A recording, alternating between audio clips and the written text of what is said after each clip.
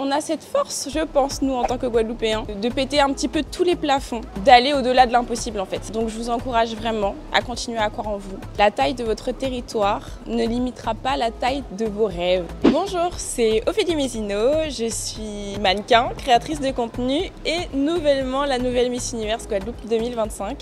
Et j'ai auparavant fait d'autres concours de beauté. Vous m'avez peut-être déjà vu autre part. Alors Ophélie Mézineau, avant les concours de beauté, j'ai toujours rêvé, j'ai toujours été une grande rêveuse. Le principal objectif, même après c'était surtout donné par rapport à mon éducation, c'était toujours de donner le meilleur de moi-même. J'ai une éducation un peu très stricte, mais qui m'a toujours poussée vraiment à la performance tout en restant vraiment concentrée sur mes valeurs, sur ce que je voulais dégager, et ceci depuis toute petite. En tout cas, celle d'avant est toujours celle d'aujourd'hui en fait, qui a envie de profiter, d'être une grande rêveuse, d'atteindre des objectifs un peu foufou. Il faut savoir que j'ai commencé à regarder mes premiers concours de beauté apparemment depuis l'âge de 2 ou 3 ans. Je regardais ces concours avec ma grand-mère qui n'est plus là aujourd'hui, mais que j'ai dans mon cœur et qui m'accompagne à chaque instant. Et en fait, au début, je pense que c'est comme pour tout, le rêve de princesse, les belles robes, l'amour que j'avais déjà pour les vêtements, les textures et les grands volumes.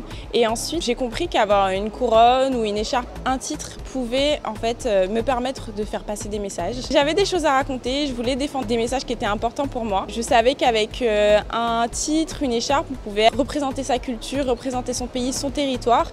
Et le message était beaucoup plus important que juste cette première facette de la beauté en fait. C'est beaucoup plus profond que ça. Qu'est-ce que ça a changé? Ma vie a changé du tout au tout, et ce qui est assez impressionnant, c'est que ça change en à peine quelques heures. Vous êtes sur la scène et en un quart de seconde, tout change. Psychologiquement, ça peut être assez perturbant, on n'en parle pas beaucoup, mais c'est vraiment perturbant cette pression qu'on a sur nos épaules de représenter notre territoire et que les gens ils attendent qu'on soit des femmes exemplaires en fait pour les représenter.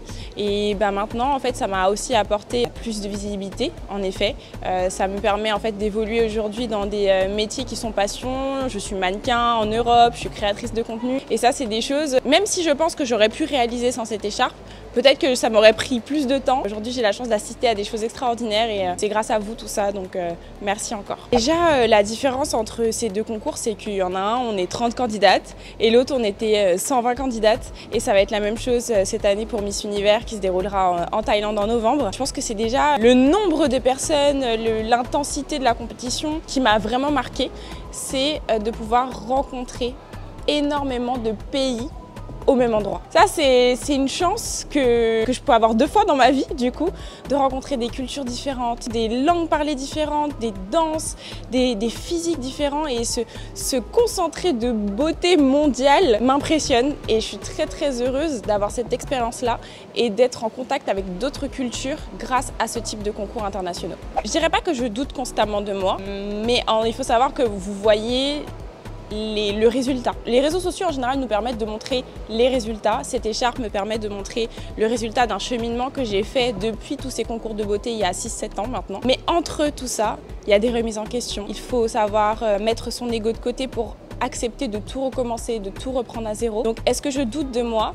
Oui, parce que ça me permet de me remettre en question et me dire mais qu'est-ce que j'ai à changer aujourd'hui? J'ai pas honte de dire que est-ce que je suis assez forte? Est-ce que je serai assez bonne pour représenter mon territoire à nouveau? J'ai tout remis en doute, j'ai tout remis en question. La confiance, c'est quelque chose qui fluctue. Il y a des hauts, il y a des bas, c'est pas quelque chose de linéaire parce que ce serait trop facile. Mais je suis comme vous en fait. On a l'impression que parce que j'ai une écharpe, j'ai des super pouvoirs, mais pas du tout, je suis une femme comme les autres.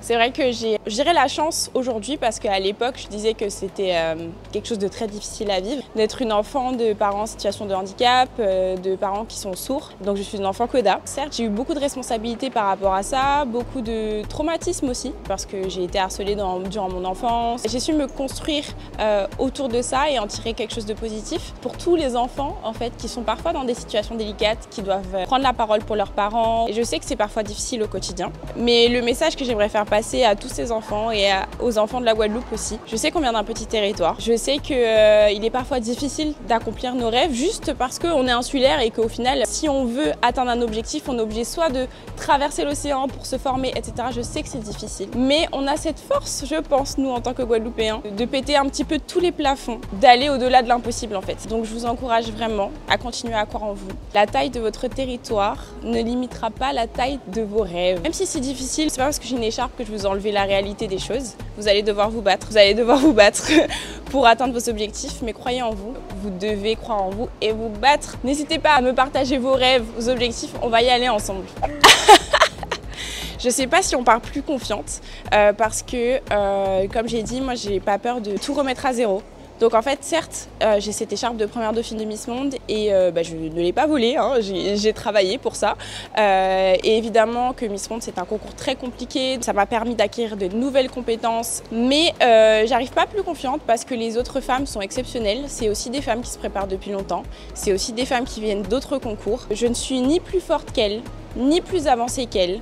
Au contraire, je pense que j'ai cette pression de cette écharpe de première dauphine du Miss Monde que je dois aussi assumer en fait à travers ce titre. Donc non, il y a tout à faire, le travail continue vraiment. Comment on peut me soutenir pour cette élection? Déjà, la première partie, c'est que jusqu'au 1er novembre, je vais partager énormément de choses par rapport à la Guadeloupe, par rapport à notre territoire, mettre en avant ce qui se passe ici. Donc je compte sur votre soutien en premier temps sur les réseaux sociaux et lorsqu'on va se rencontrer. Et ensuite, du 1er novembre au 21 novembre, je me rendrai en Thaïlande. Donc évidemment avec la distance. Pour ceux qui peuvent venir en Thaïlande, je vais pas dire non. Voilà, venez, il n'y a pas de souci. Mais sinon, je compte sur vous pour m'apporter votre soutien, principalement sur les réseaux sociaux. Relayer l'information, être présent, que le monde voit que même si la Guadeloupe est une petite île, on est nombreux et on va se faire entendre. Mon compte Instagram, c'est Ophélie, O-P-H-E-L-Y, Mesino, M-E-Z-I-N-O, O-2-F. Le prochain invité que je peux vous suggérer, parce que je l'ai vu hier, mais j'ai pas eu l'occasion de lui parler, je suis vraiment dégoûtée, c'est Mavic Bright. Je pense que c'est une femme qui fait rayonner en fait la Caraïbe à travers le monde. Clairement, qui m'inspire aussi au quotidien, même si j'ai pas pu échanger avec elle, mais je pense que ça pourrait être une super invitée pour le Pitch TV.